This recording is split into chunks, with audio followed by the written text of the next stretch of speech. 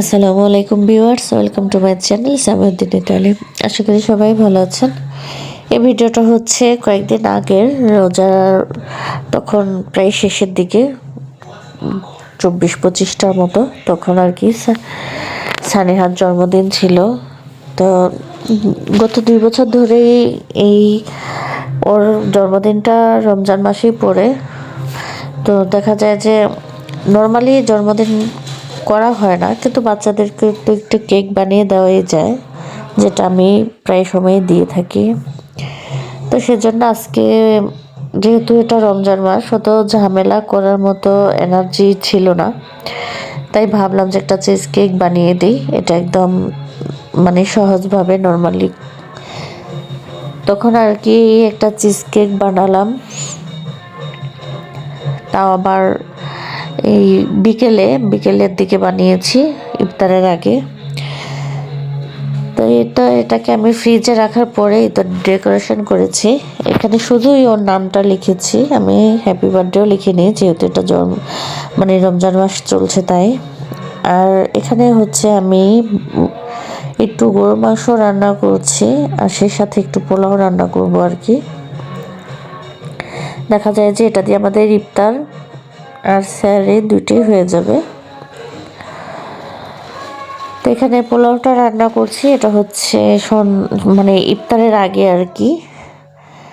তো পোলাও রান্না করব, মাংস, আর সেই সাথে হচ্ছে মুরগির মাংস থাকবে, আর থাকবে হচ্ছে ইলিশ মাছ।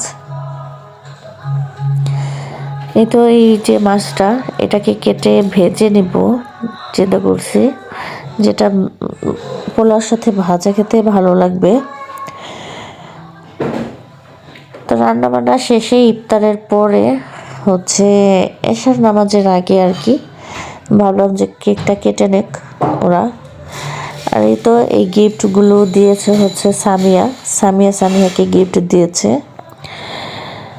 ছোট বাচ্চারা আর কি যাতে খুশি হয়, ছোট ছোট জিনিসেই কিন্তু ওরা অনেক খুশি। আমাদের বড়দের মতো এত কিছু কিন্তু ওরা বোঝে না,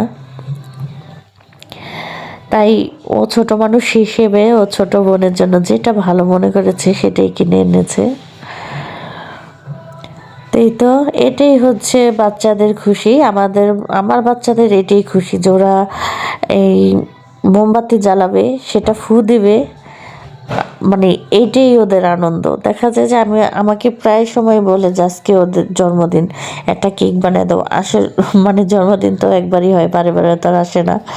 তা আমি তখন কি করি, একটা কেক বানিয়ে দিই, আর ওরা এটাকে বারে বারে ফু দেয়। যখন মোমবাতিটা ফু দিয়ে নিভিয়ে দেয়, তখন বলে আবার মোমবাতিটা জ্বালায় দিতে।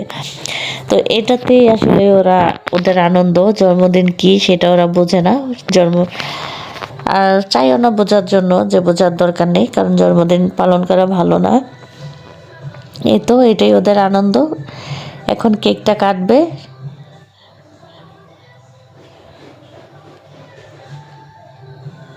দুজনে মিলে একসাথে করে মোমবাতি ফুদিচ্ছে।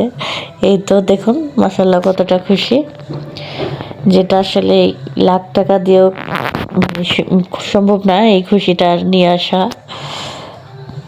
অল্পতেই অনেক খুশি। তো ছিল আজকের দিনটা, আলহামদুলিল্লাহ অনেকটাই ভালো কেটেছে। আল্লাহর কাছে লাখো কোটি শুকরিয়া এই দিনটার জন্য।